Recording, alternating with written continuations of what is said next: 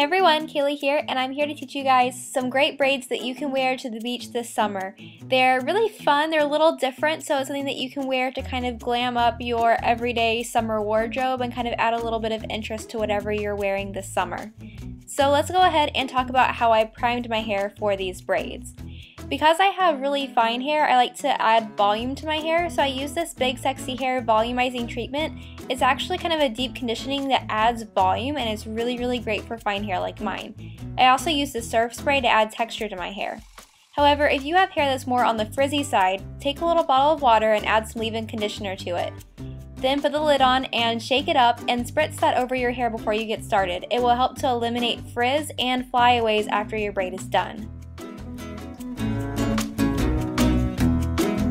Our first braid is a zigzag braid, which is a lot easier than you might think it is. Start with the section that's on the left side of your head, and then you're going to go ahead and braid toward the right. You're going to braid under, incorporating only hair from the top. So as you braid in that one direction, you just take the hair in little tiny pieces, braid underneath, and then braid the other one under normally. And then you're just going to continue to braid in that direction for as long as you want your zigzag braid to be.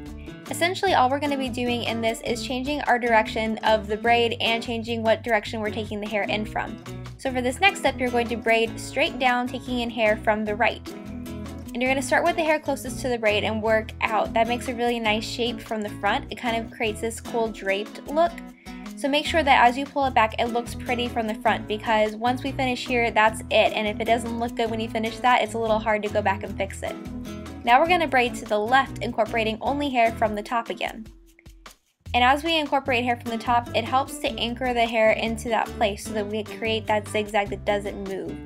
So just continue doing that and holding the hair really tightly as you go. That makes it a lot easier. And if you find that your hair is slippery, use some hairspray on it. And now we're going to braid down, incorporating only hair from the left. And we're going to go ahead and make sure that we get all of the hair on the left over here, because that is it for this side. So make sure you get stuff from in front of the ear and underneath the ear as well.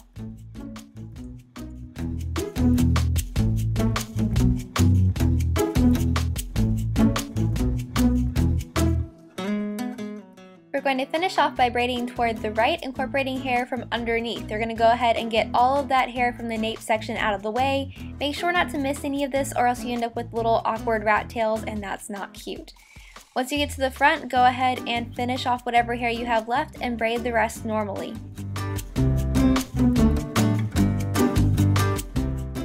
Once you've reached the desired length, go ahead and secure it with a hairband, and you are done with that first hairstyle.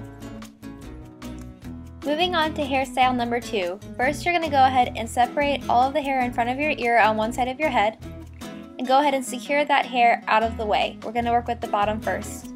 Split it into 3 sections and braid under normally. As you go, you're going to take small pieces of hair from the center section, and you're going to go ahead and lay those off to the side. You can use a clip to secure them if you like, if that makes it a little easier for you. Once you have that little piece separated, go ahead and set it off to the side. Then continue. I braided twice, and then on the third one I always took a little section of hair. Having a method to it kind of helps you make sure that you're always taking sections of hair equally. And that's important because these sections of hair are going to be the anchor for the braid that we're doing next. So go ahead and continue as you go down, taking those little sections and moving them off to the side. And then once you finish, you're going to go ahead and secure it with a band.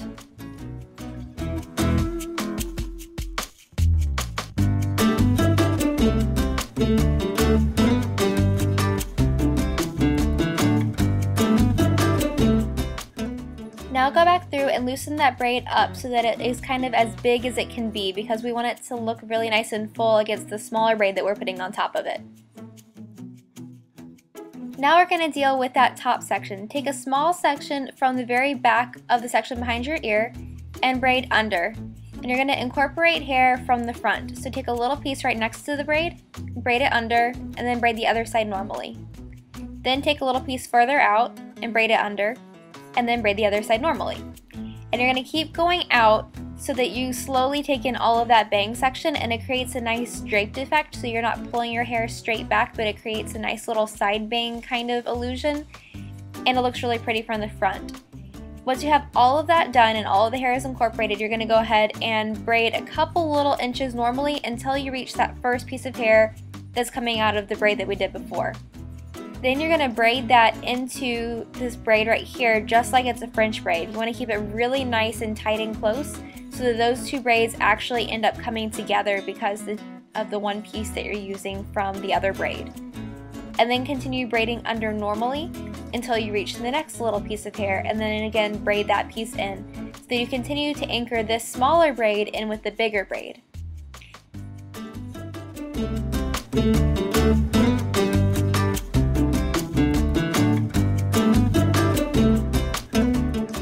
So essentially all this is a kind of interesting Dutch braid. Basically you're braiding hair in like you would do if it was against your head, except now you're doing it with little pieces that are left out of the braid. And again, that's what helps to anchor the little braid into the bigger braid and create that cool effect. Once you reach the end of your hair, go ahead and secure it with a band and you are all done with that braid. So I hope you guys have enjoyed this. I know they're a little bit more intricate, but summer is time for the fun braids, so I wanted to go ahead and show you guys some new ones. If you want to, you can check out this video that I did previously on how to have healthy hair this summer, and I will see you guys in my next video. Mwah! Bye!